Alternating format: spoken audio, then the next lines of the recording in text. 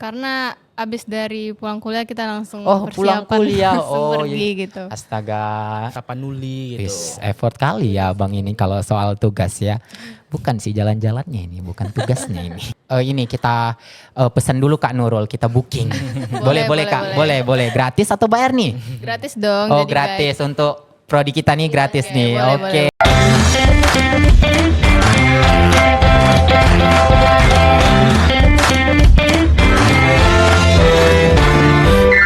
Halo warga-warga Poltek Parmedan, mana suaranya? Akhirnya nih ya, setelah huru-hara sekian lama, akhirnya sampai juga kita di podcast pertama kita ini ya, podcast Bincang Santuy Terdepan. Keren. Perkenalkan, saya Rivaldo Valentino, pembawa acara hari ini yang tentunya kita ditemenin dengan kakak abang cantik ganteng dari Basic Dep 2C. Nah, boleh dong perkenalkan dirinya satu-satu dari yang sebelah kiri nih, boleh. Oke, halo. Aku Saila dari kelompok 1. Halo Saila. Perkenalkan, nama aku Nurul Andini dari kelompok 4. Halo Nurul. Hai guys, kenalin nama aku Mika dari kelompok 2. Hai Mika. Halo, aku Yogi dari kelompok 3. Halo Yogi. Nah, tema bincang-bincang kita hari ini tuh jalan-jalan santuy bareng Basic Dep 2C. Nah, kakak abang cantik ini boleh dong, aku ingin tahu nih yang paling jauh perginya kemana tuh jalan-jalannya, boleh dong? Ada nih dari kelompok aku, kelompok 2 dari Huta Sialagan. Oh mak, jauh kali ya, nyebrang-nyebrang tuh ke Samosir ya? Betul. Oke, yang paling ekstrim ada nggak? Paling ekstrim? Ada dong, yang paling ekstrim dari kelompok aku di Gunung Sibaya. Oh mantap. Kalau pertualangan? Ada dari kelompok 3 itu kami ke Palaruga. Nah yang terakhir religi ya? Iya benar. Betul. Nah yang terdekat nih kami nih dari kelompok 1 yaitu ke Geraha Bunda Maria Pelangkani. Oh yang di Kota Medan itu Iya, ya? benar. Oke, kita mulai nih. Aku pengen tahu, kepo yang dari paling jauh, Huta Sialagan nih, boleh dong cerita bagaimana proses perjalanan ketika kalian menuju ke objek tersebut.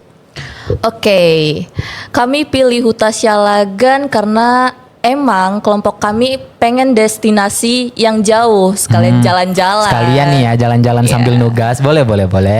Jadi perjalanan kami itu dari Medan, kami naik kereta api dulu ke Siantar. Ya.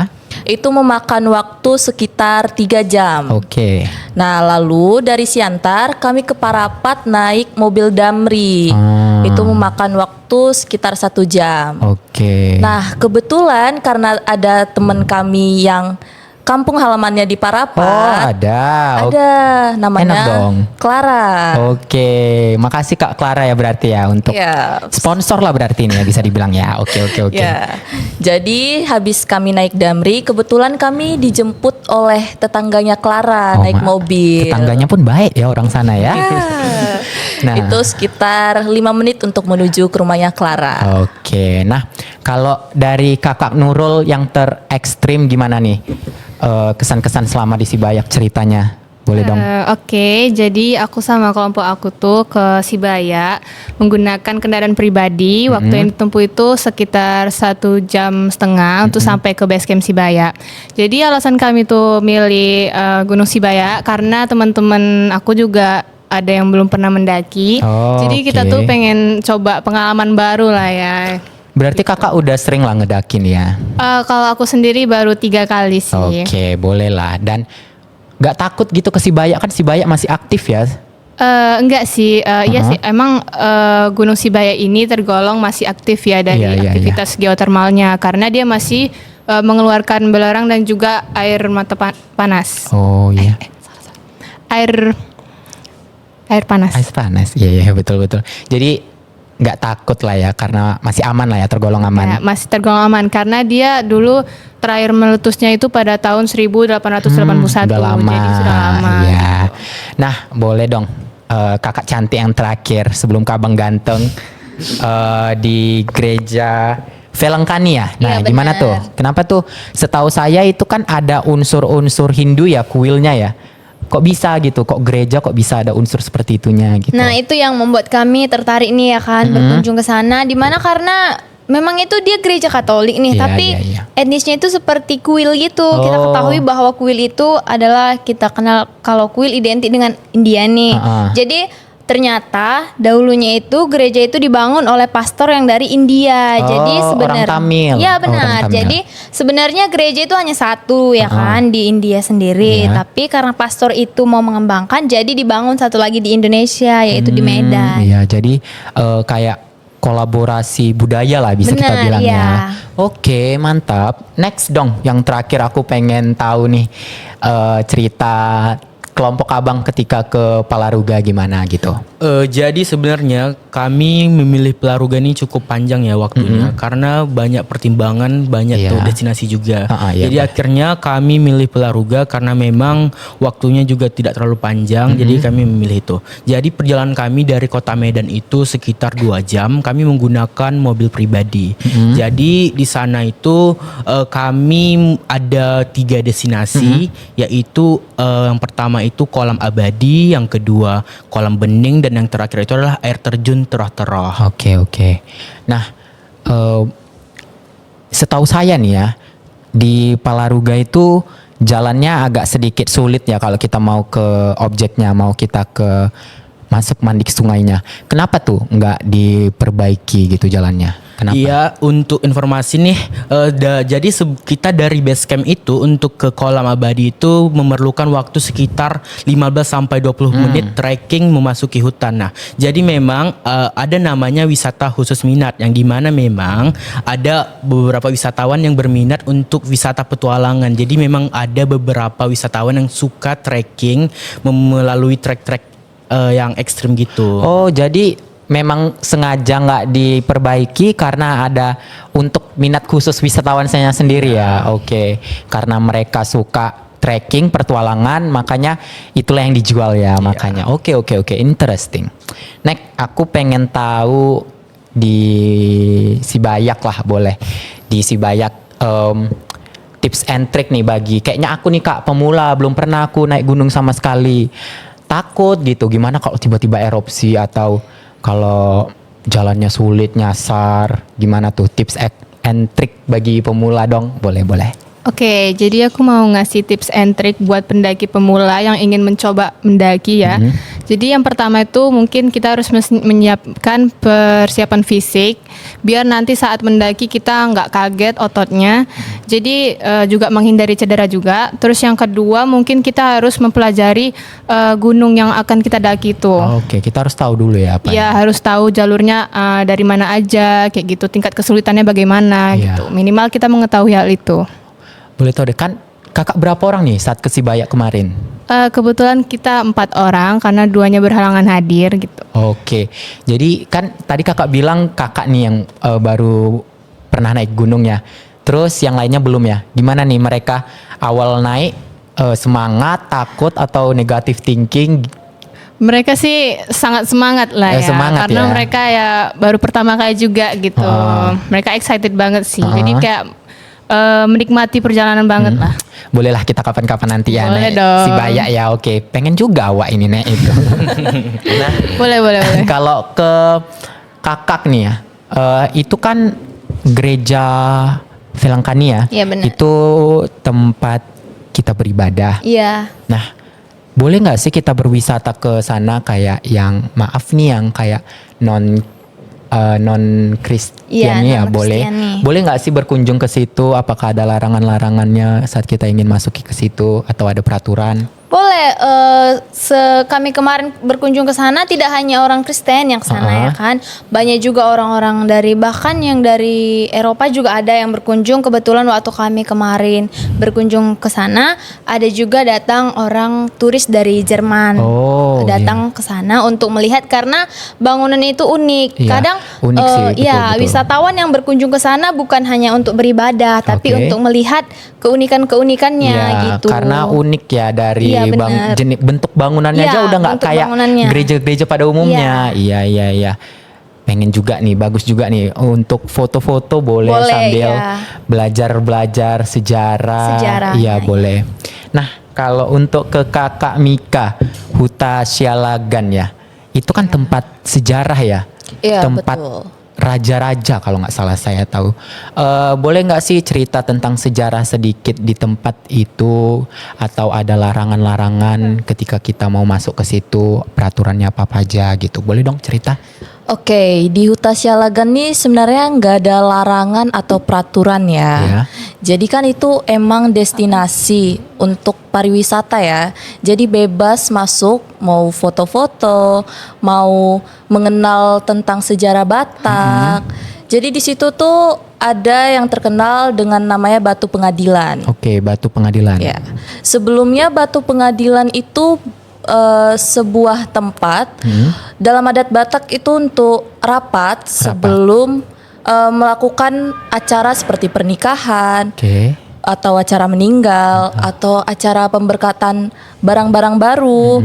Jadi kan dalam adat Batak nih ya, semua apa-apa itu harus ada acaranya, ada Oke. pemberkatannya. Jadi karena mengikuti zaman, mengikuti waktu, akhirnya ada beberapa orang Batak yang melanggar aturan. Oh, iya ya. Jadi sehingga diadakannya pengadilan di situ. Nah, pengadilannya itu berupa hukuman mati. Oh, iya hukuman mati. Oke, oke. Ya, jadi sebelum orang yang bersalah tersebut diadili, pertama mereka akan melakukan rapat untuk bagaimana menghukum orang tersebut. Oke, oke, oke. Jadi yang pertama adanya raja-raja, adanya panglima, ada juga dukun, dan ada juga masyarakat di luar batu pengadilan itu. Nah, jadi sebelum terdakwa tersebut dihukum mati, dukun tersebut akan menghapus roh-roh jahat Oke. yang ada di terdakwa tersebut. Lalu dilakukannya hukuman mati. Sangat kuat ya berarti maknanya ya Kak. Iya. Nah, berarti sekarang itu udah jadi tempat untuk orang jalan-jalan ya kan, Iya. bersuah foto, belajar sejarah. Selain batu persidangan itu ada atraksi lain nggak yang ditawarkan untuk kita wisatawan? Ada apa aja yang ada di sana? Kebetulan di situ juga terkenal dengan adanya tarian tortor. Oke, ya saya tahu tuh. Jadi wisatawan dapat mencoba dan beramai-ramai melakukan tarian tortor tersebut. Rame-rame ya. Nanti pengelola wisatawan di situ Oke. bakal mengumpulkan sekitar 20 orang untuk melakukan tarian tortor. Jadi mereka bakal memutar lagu adat Batak, Oke. terus bakal diarahin untuk melakukan tarian tortor tersebut. Oke, berarti selain bukan hanya melihat-lihat belajar sejarah, tapi kita juga bisa terjun langsung ke atraksi-atraksi yang ada di situ ya Iya. kan. Nah, selanjutnya mau ke Abang Ganteng, Bang Yogi. Kita mau ke Palaruga tadi, kan harus trekking dulu. Resikonya kan cukup besar tuh ya. Terus gimana sih pengelolaan manajemen resiko yang ada di Palaruga itu gitu? Apa yang diberikan kepada kita sebagai wisatawan supaya kita ini merasa diselamatkan, terselamat gitu? Boleh dong, Bang? Yang pastinya kita waktu ke Palaruga itu pasti ada guide. Nah, Oh, ada guide. Harus ada guide kah? Iya, wajib harus ada guide. Oke. Jadi guide itulah yang akan menjaga kita, membantu kita selama trekking dari kolam abadi menuju objek terakhir yaitu air terjun Tora-Tora. Selain itu juga kita akan difasilitasi yaitu pelampung jaket atau Oke. iya, jadi dengan itu bagi orang yang nggak bisa berenang kita bisa aman dari arus yang lumayan deras nih dari situ. Selain itu juga memang dari mereka disediakan juga asuransi keselamatan. Oh, ada asuransinya Iya, ya. ada. Jadi memang mereka menyediakan itu kalau ada yang apa-apa yang terjadi, mereka bertanggung jawab itu. Berarti mereka juga udah memberikan yang terbaik lah untuk kita sebagai wisatawan agar kita terhindar dari kemungkinan-kemungkinan resiko yang terjadi ya. Nah, selanjutnya untuk Kakak Sailani. Nah, boleh tahu sih, boleh kasih kita bocoran gimana kalau kita mau ke gereja Velangkani itu, kayak aksesnya mudah nggak sih Kak? Mau lewat jalan mana gitu? Untuk akses menuju ke Geraha Velangkani itu sendiri sebenarnya sangat mudah dijangkau Iya, iya. karena ada juga di Maps dan Oke. juga aplikasi Grab atau Gojek gitu juga berarti bisa. udah tercatat Iya, lah ya di tercatat, Google Maps ya. Oke. tercatat. Jadi mudah Tidak ya. hanya itu juga bisa naik angkutan umum juga bisa. Berarti gitu. banyak akses ya, Banyak akses. sulit untuk masuk Enggak, ke. sangat mudah diakses tempat Oke, itu. oke. gitu. Bu, itu tempatnya di mana sih Kak? Tempatnya itu tepatnya di Tanjung Selamat. Oke, Tanjung Selamat. Nah, next ke masih nggak jauh-jauh ke Sibayak kita. Tadi Kakak effort ya naik sepeda motor ya, kendaraan pribadi ya ke sana. Iya, ya? kita naik kendaraan Yes. pribadi. Udah jauh dari Medan ke Brastagi ya. Ke Brastagi habis itu langsung ditempuh naik gunung lagi. Trekking lagi. Iya, trekking lagi. Jam berapa tuh Kakak trekkingnya tuh? Kita perginya siang sih. Siang. Kenapa siang Kak? Karena abis dari pulang kuliah kita langsung Pulang persiapan kuliah. langsung pergi iya. gitu. Astaga, semangat kali ya Kakak ini ya. Pulang kuliah kasih tugas langsung gerak ini atau gimana ini? Berarti di sana ngelihat sunset lah ya. Kebetulan kemarin agak mendung, jadi cuman mendung. kayak rona-rona mataharinya aja gitu yang kelihatan. Iya. Cuman Sibayak juga terkenal dengan pemandangan matahari terbenamnya gitu. Oke, Kakak turunnya tuh jam-jam berapa boleh tahu nggak? Kita menginap bermalam di Gunung Bermalam di Sibayak, gunung, iya. nggak langsung turun. Enggak, besokannya baru pulang. Aduh, gimana tuh Kak? Ada kejadian-kejadian horor nggak atau seru, dingin, gimana tuh? Nginap tidur di atas gunung. Seru sih, kita kan dapat ininya ya, dapat pengalamannya ya, Iya. menginap di tenda kayak gitu di sekitaran gunung gitu. Nggak ada hal yang serem-serem sih, semuanya seru gitu. Teman-temannya juga mendukung gitu. Teman-temannya juga asik ya. Asik. Oke. Nah, jadi pengen nih kakak ada nih kepo, boleh dong tanya-tanya. Kita ini santuy aja. Oh, iya. Refresh kalau kepo. Sebelumnya kalian setiap kelompok ada berapa orang sih? Boleh tahu nggak? Aku 6 orang. Kakaknya Kalau kelompok kami 7 orang. 7 orang. Iya. Kalau kakak? Kalau dari kelompok kami 7 orang. Oke. Kami ada 6 orang. Oke, berarti ada yang 6, ada yang 7 juga. Iya. Nah, setelah selesai dari podcast ini atau setelah selesai kalian balik dari objek tersebut, kayak ada keinginan lagi nggak sih mau balik ke situ atau ngajak teman-teman yang lain nih yang nggak ke situ, rombongan yang lain atau rame-rame sekelas nih ke sana, bisa nggak tuh? Boleh. Boleh ya, kapan-kapan ya. Nah, pengen tahu juga nih, selama kalian di perjalanan, selama kalian melakukan observasi, jalan balik, itu ada nggak sih kendala-kendala, tantangan yang kalian hadapi dalam melakukan jalan-jalan santuy ini? Ya, boleh dong dari abang dong yang pertama. Kalau untuk tantangan sih yang pertama itu menentukan tempat objeknya itu tadi Oke, pertama. yang itu awal tadi ya, menentukan kami objek. bingung nih mau yang mana dan akhirnya kami dapat. Dan untuk tantangannya sepertinya enggak, cuman kami yang ada tantangan ini memang kami wisata petualangan nih. Jadi Oke. memang di sana mungkin bagi teman-teman yang ingin berkunjung ke sana nih memang harus persiapkan fisik dan Oke, juga mental, fisik iya. ya. Karena di sana itu kita bakal trekking sejauh selama 3 jam, sekitar 3 jam dari Kolam Abadi menuju Trotoh itu. Jadi tadi trekking dari tempat awal ke bawahnya itu 15 atau sampai 20 menit. Iya. Kemudian dari satu objek ke objek lain itu cukup jauh Iya, ya. cukup jauh. Jadi memang di Kolam Abadi ini ada yang terkenal itu kita loncat dari tebing yang sekitar 15 meter tingginya. Wih, mantap Jadi tuh. kita loncat itu ke kolam itu. Jadi memang kalau untuk itu kita harus persiapkan fisik. Nah, Oke. lalu dari Kolam Abadi itu kita hanya bisa mungkin berenang dan juga foto-foto. Jadi nanti kita akan ke kolam bening, itu objek selanjutnya kita akan melakukan body rafting. Oke, body rafting yang tiduran di air itu Iya, ya. Oke. Jadi akan melakukan body rafting dan juga apabila ada tempat spot-spot yang menarik ataupun cantik kita bisa berfoto di situ. Oke. Lalu nanti ada nanti saatnya kita naik ke daratan kembali. Untuk melanjutkan ke perjalanan selanjutnya itu kita harus loncat juga dari tebing. Jadi yang nggak berani wajib harus tetap Berapa loncat. kali loncat nih awak nih? Jadi sebenarnya itu ada 2 kali sebenarnya. 2 kali ya? Yang pertama Oke. itu sebenarnya nggak wajib, siapa Oke. yang mau aja Ya, gitu. ya, Tapi ya, yang kedua ini wajib karena memang itu perjalanannya. Oh, Jadi gitu. memang orang-orang yang ke sini harus berani gitu. Jadi memang kendalanya bagi kelompok kami ini ada beberapa teman-teman kelompok yang takut nih. Jadi itu membuat kami lama di sana gitu.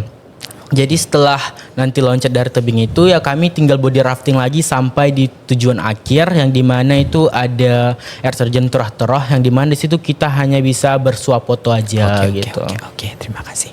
Nah, kalau tantangan dari kelompok Kak Mika nih, gimana nih tantangannya apa aja?